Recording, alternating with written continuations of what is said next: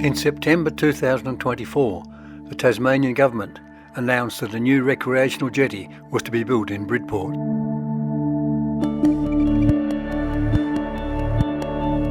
After considerable community consultation over the choice of 3 possible locations, the Croquet Lawn Beach was chosen.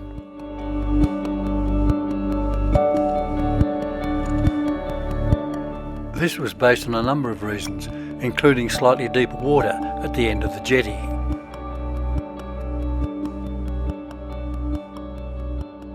Interestingly, the site chosen is exactly where the first outside jetty was built in Bridport in 1913. This is a story of the jetty that lasted only 2 short years between 1913 and 1915, but cost then £2,000 or today $30,000. The story starts here in the forests around Mount Horror in the year 1908. The Tasmanian government wanted to make Crown land productive. Under a closer settlement scheme, small parcels of land were made available at low rental rates. Over 10,000 acres of land was made available in 3 Foresta settlements. In the Mercury of 1912, it was reported that dwellings had been erected on 7 lots on number 1 settlement and 6 lots on number 2 settlement. About 1.5 miles of permanent fencing has been erected. Additions were made to several existing buildings. The area of new land burnt and grassed during the past year was approximately 200 acres. However, concerns were expressed at the lack of roads and that large quantities of good quality timber was being burnt instead of harvested. In later years, a post office and school were built at Foresta, and it even had its own football team in the 1920s. A group of Scottsdale businessmen formed a company to apply for leases at Foresta to stop the waste of timber. A parent company was floated in Victoria called the Tasmanian Timber and Tramway Company with a working capital of £60,000. The Tasmanian government gave the company timber leases provided the tramway and mill were built within 2 years. Early in 1912, Mr. Edwards started surveying the route of the tramway and had completed 10 miles from the Foresta Settlement. Shipment of rails and locomotives was a problem. It was decided to land these at Beauty Point and then transship to Bridport in the Heather Bell to near the old Smythe landing stage at the bridge over the Brid River. However, a temporary decking would need to be built as only the piles remained.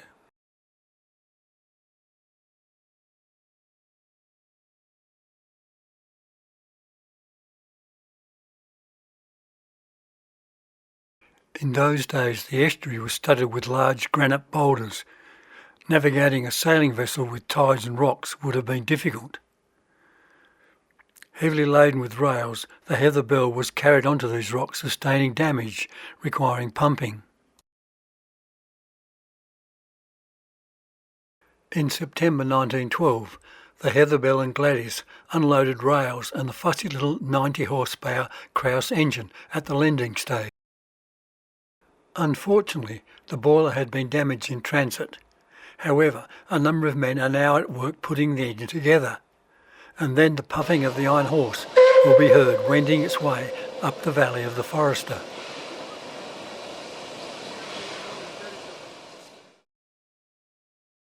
In January 1913, a party of distinguished guests, including the Agent General, Sir John McCall, the Secretary of Lands, Mr. E.A. Council, the Honourable A.W. Loon, and the Warden of Scottsdale, Councillor W.E. Rose, boarded the locomotive for a run of some 15 miles up the line to the mill shed now being erected. By 1919, the Tasmanian Timber and Tramway Company mill at Foresta was considered one of the most up-to-date, extensive and well-equipped sawmill plants in Tasmania. It employed 30 men with a weekly pay sheet of £250 or $24,000 today.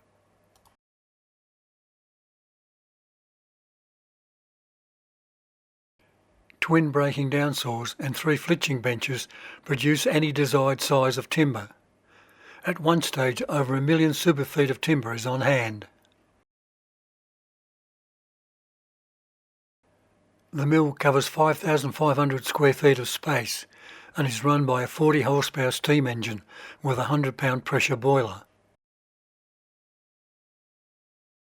A large Sirocco fan blower conveys sawdust to a yard 100 metres away. About 5 men are engaged in felling logs. Teams of bullocks are used to haul logs to the tram lines that snake out into the extensive forests of virgin timber. While a steam hauler gang of 5 reduces the need for extra bullocks or horses. Initially, the mill had only one steam locomotive, nicknamed the Eddy. In order to extend its range, a water tank was installed on a bogie or was attached to the engine. In 1920, a second, smaller 10 horsepower Ornstein and Koppel locomotive was purchased from the mainland. This was nicknamed the Abe.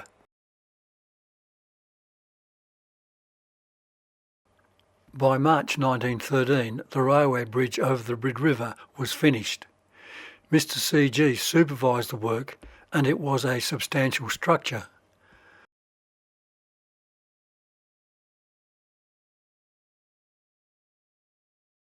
The Three Cheers was one of 2 vessels purchased by the Tasmanian Timber and Tramway Company. As well as shipping blackwood logs and sawn timber to Melbourne and Adelaide, she carried inbound cargo for local storekeepers in the district such as Biggs and Leach, Saunders and Condors of Ringarooma. The second vessel was the schooner Rara, capable of carrying up to 50,000 super feet of timber. She had a motorised winch and propeller installed. The Ketch Hawk regularly shipped high-quality blackwood timber for making Alcock and Company's billiard tables of Melbourne.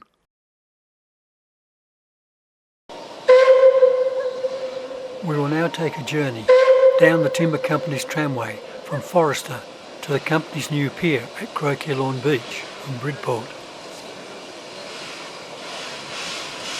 We are approaching the bridge across the Great Foresta River, noting the remains of the railway sleepers underfoot.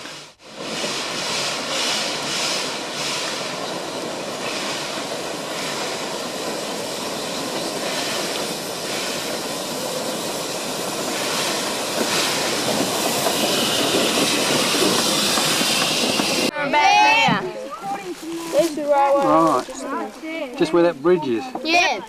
Go! Going to fall in again. Keep going. There are few remains of the tramway between Great Foresta River and the jetty at Bridport. An old photograph may be of the train involved in an incident on the bridge over Tuckers Creek. The tramway entered Bridport from the position of today's trout farm, crossing the road close to the entrance to the Fisherman's Wharf. Up on the embankment above the tramway, you can see the remains of the old post office and Captain Jones's Foresta Inn. Here we catch a glimpse of the Eddy that is about to cross the bridge over the Brid River.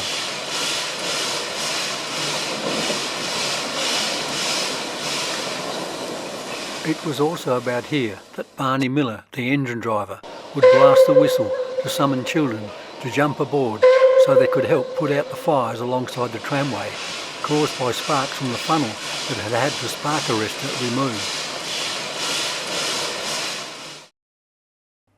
Considerable work had been done to build up an embankment to create a level crossing for the tramway. Captain Smythe's Torrington House can be seen to the right, and today it is probably the oldest building in Bridport, with the addition of dormer windows. We continue along the tramway, past Dana Nelson and Bill Lovegrove's old places, and head toward Captain Smythe's son's place, Bayview House.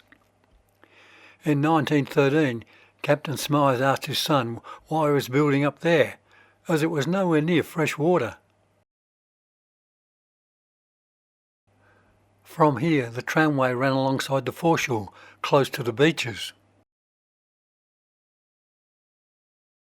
We now get a good view of the new Tasmanian Timber Company's jetty. At one stage the construction was halted as concerns were raised about the depth of water at this point. However, construction proceeded with an angled extension to create shelter from the prevailing winds. From Eastman's Beach you can get a closer view of the 330 metre long jetty with its angled extension, with empty timber wagons on the end. At the end of the tramway near Croquet Lawn Beach, we see the steam-driven pile driver still out at the end of the jetty extension. The tanks would have contained water for the steam engines and the pile driver. There is a lot to see in this TRG Williams photograph. Timber used in the pier construction, points for redirecting the locomotive and wagons, and big quantities of stacked sawn timber waiting for shipment. At times the company was short of vessels to transport timber from Bridport. For a Bridport Sports Day in 1915, the Tasmanian Timber Company ran a special train for Foresta residents. It was laden from end to end by a boisterous and happy crowd. Sports were held across the river from the Brid River Channel. Apparently the Timber Company held a picnic on Croquet Lawn Beach as part of the festivities. You can see rack timber behind the crowd.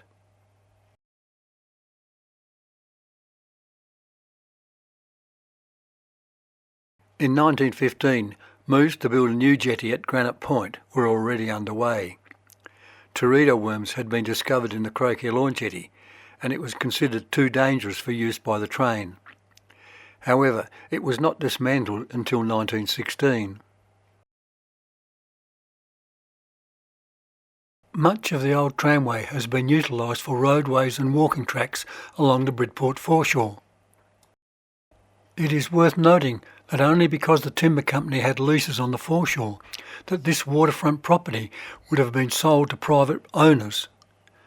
As it is, only the land on the western side of Bentry Street was sold. The foreshore remains Crown land under lease to the Dorset Council. In September 1916, the old jetty was still in use, with the schooner Rara taking a full load of 42,000 superfeet of hardwood boards. It was noted that this was probably the last use made of the jetty, as the teredo worm had caused the collapse of some piles. 700 feet of piles on the new jetty at Granite Point had already been driven.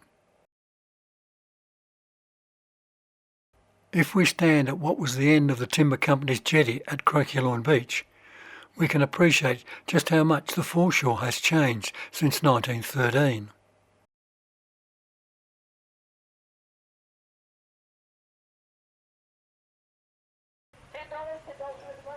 When the new jetty is constructed, the Croquet Lawn Beach might once again become a focal point for beach and aquatic activities, just like it was in the 1990s when the Bridport Sailing Club were based at the beach.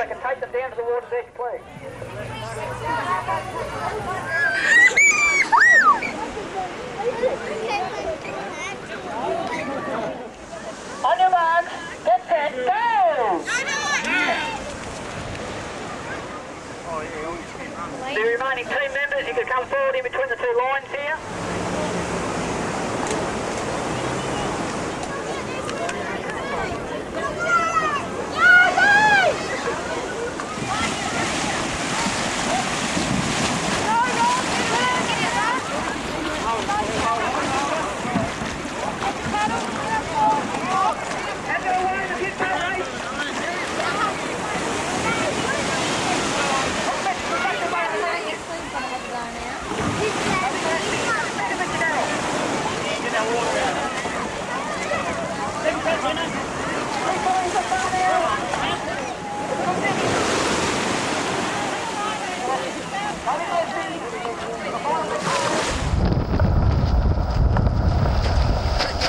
Hey!